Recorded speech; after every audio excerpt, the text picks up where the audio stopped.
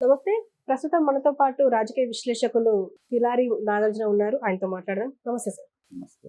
Sir ఇప్పుడు ప్రస్తుతం రాజకీయ నాయకులు మాట్లాడే విషయం ఏంటంటే వైసీపీ వాళ్ళు ముఖ్యంగా మేము అంటే చెప్పకనే చెప్తున్నారు. మేము ఓడిపోతాం అని చెప్పేసి. అంటే కొన్ని చోట్ల దాడులు కూడా చేస్తున్నారు. స్ట్రాంగ్ రూమ్‌ల దగ్గర. ఇందాకనే ఒక వార్త కూడా వచ్చింది. తిరుపతిలో పద్మావతి మహిళా కాలేజ్‌లో టీడీపీ వ్యక్తి మీద దాడి చేశారు. ఈవెన్ రోజా కూడా అంటున్నారు. మేము నన్ను కావాలనే ఓడించాలనే ప్రయత్నాలు జరుగుతున్నాయి. నా సొంత పార్టీ వాళ్ళే చేస్తున్నారు. సైకిల్ గుర్తుకు ఓటేయండి అనేసి నిన్న మాట్లాడారు. ఈవెన్ అనిల్ యాదవ్ మాట్లాడారు. అంబటి రాంబాబు మాట్లాడుతున్నారు. అసలు ఏం జరుగుతుందంటారు? ఖచ్చితంగా వైసీపీ ఓడిపోయి కూటమి అధికారంలోకి వచ్చే అవకాశాలు ఉన్నాయంటారా? అంటే రాజకీయంలో ఏం చెప్తారంటేనమ్మా, చివరి కార్డు ఓపెన్ చేసే వరకు కూడా గెలుపోటములు ఎవరనేది చెప్పలేము. మీరు నిజంగా ఒకవేళ ఓడిపోతున్నామని తెలిసినా కూడా రేపు జూన్ 4వ తారీఖు వరకు మీరు ఆ మాట మాట్లాడకూడదు. ఎందుకంటే మీకోసం అనేక రకాల త్యాగాలు చేసి ఆస్తులు పోగొట్టుకొని గొడవల్లో తన్నులు తిని కేసుల చుట్టూ తిరుగుతున్నటువంటి అనేకమైనటువంటి కార్యకర్తలు అక్కడ ఉన్నారు. వాళ్ళ మనోస్థైర్యం దెబ్బతినేటప్పుడు మీరు ఎలక్షన్ అయిన మరుసటి రోజే మాట్లాడటం మొదలు పెడితే ఎలాగా?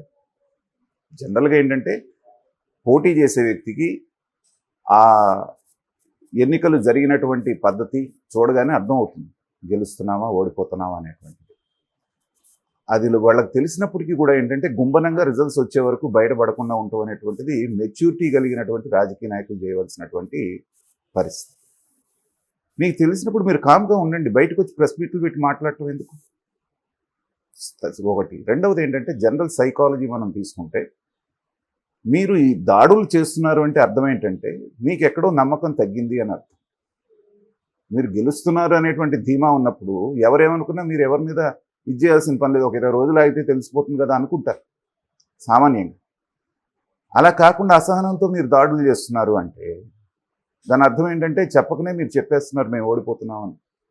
నిన్న తెనాల్లో చూసాం, ఒక ఎలక్షన్ జరుగుతున్నటువంటి రోజున ఓటర్ని ఏమంటారు వీళ్ళు? ఎలక్షన్ అయ్యే వరకు దేవుడు నువ్వే అంటారు, అయిన తర్వాత చెత్తబుట్టలో బారేస్తారు, అది వేరే విషయం అనుకోండి.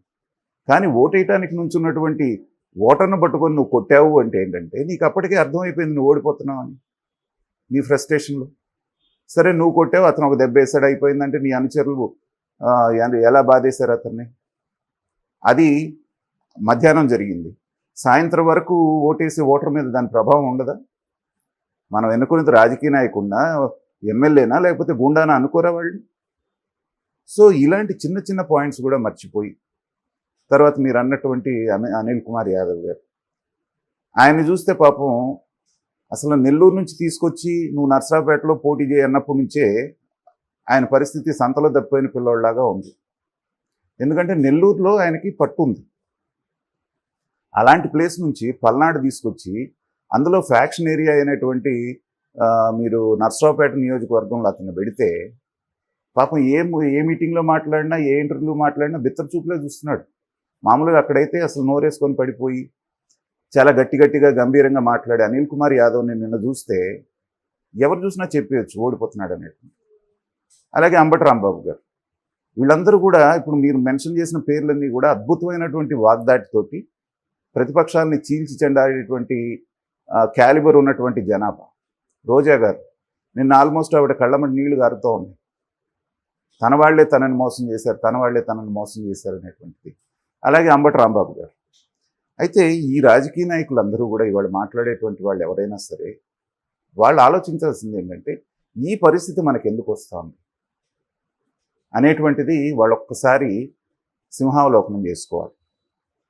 ఈ వీళ్ళనే కాదు, అధికారంలో వాళ్ళు ఉన్నారు కాబట్టి వీళ్ళని అంటున్నాం. రేపొద్దున తెలుగుదేశం వాళ్ళు ఆ ప్లేస్లోనే వాళ్ళని కూడా అదే అడగాలి. మీరు అధికారంలో ఉన్నప్పుడు అణుకువతో ఉండాలి.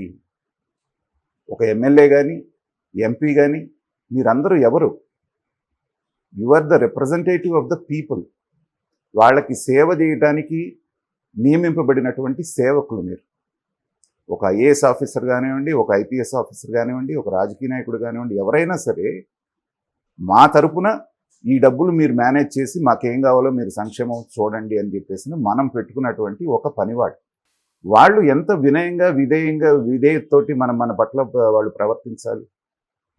అలా కాకుండా అధికారంలోకి రాగానే వీళ్ళేదో రాజా మహారాజాలు అయినట్టు, వాళ్ళు ఇచ్చేవాళ్ళు అయినట్టు, మనం తీసుకునేవాళ్ళు అయినట్టు, వీళ్ళేదో మనకి వాళ్ళ సొంత సొమ్ములతోటి ఇస్తున్నట్టుగా వాళ్ళు చేయటం, అధికార దర్పాన్ని ప్రదర్శించటం, మాట్లాడేటప్పుడు మంచి చెడు వెనక ముందు చూసుకోకుండా ఎవరిని పడితే వాళ్ళని ఏది పెడితే అది మాట్లాడటం, సంస్కారం అనేటువంటిది ఎక్కడన్నా ఉందా అనేటువంటిది మనకు అనుమానం వస్తుంటుంది కొంతమంది మాట్లాడే మాటలు.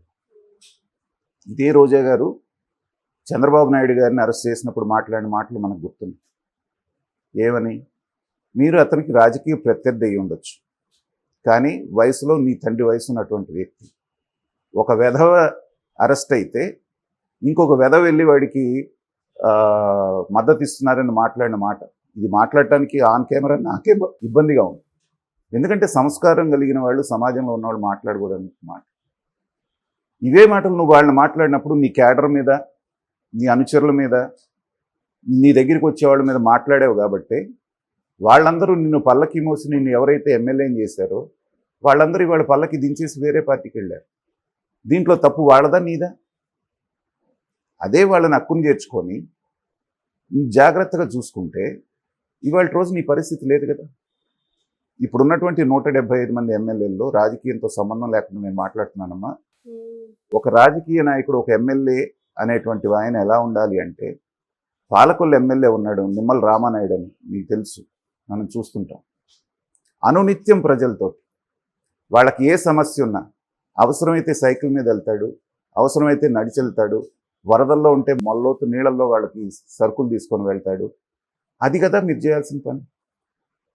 అది కాకుండా మనం ఎన్ని కార్లు కొనుక్కున్నాం, బెంచ్ కారు కొనుక్కుంటే దాంతో ఫోజులు ఇచ్చి జనానికి ఇది చేయటాలు, ఇవి చేసినప్పుడు ఏంటంటే సహజంగానే నీ మీద ఒక రకమైనటువంటి నెగిటివ్ వస్తుంది. పోనీ నోటితోటన్నా మంచిగా ఉన్నారా?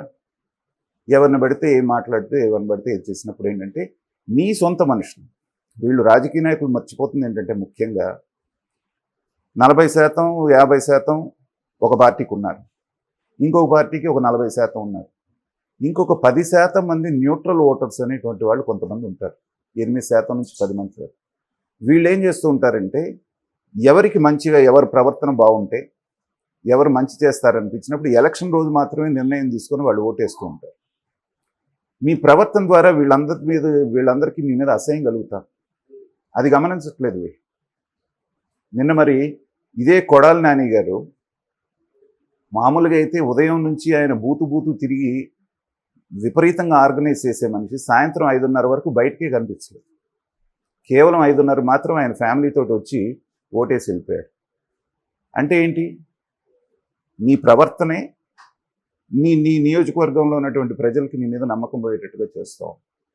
కాబట్టి ఏంటంటే ఈ మాట్లాడిన 4-5 బయటకు వచ్చి మాట్లాడారు, మిగతా వాళ్ళందరూ కామ్గా ఉన్నారు. ఏంటంటే గెలవకపోవటం అనేటువంటిది ప్రజలు ఆల్రెడీ ఓట్లు వేసేసారు, బాక్సుల్లో ఉన్నాయి. జూన్ 4 తెలిసినప్పుడు బయటపడుతుంది. అప్పటి వరకైనా గుంభనంగా ఉండుంటే కనీసం ఆ కార్యకర్తల్లోన్నా కాస్త గెలుస్తామేమోననేటువంటి హోప్ ఉంటుంది. కానీ వీళ్ళు ముందే ఓపెన్ చేసేసి మనం ఓడిపోతున్నామని చెప్పినప్పుడు ఏంటంటే ఆ కార్యకర్తల మనోస్థైర్యం కూడా ఇంకా దెబ్బతినేటువంటి అవకాశం ఉంటుంది. రాజకీయ నాయకులు దీని నుంచి నేర్చుకుంటే మంచిదనేది నా అభిప్రాయం.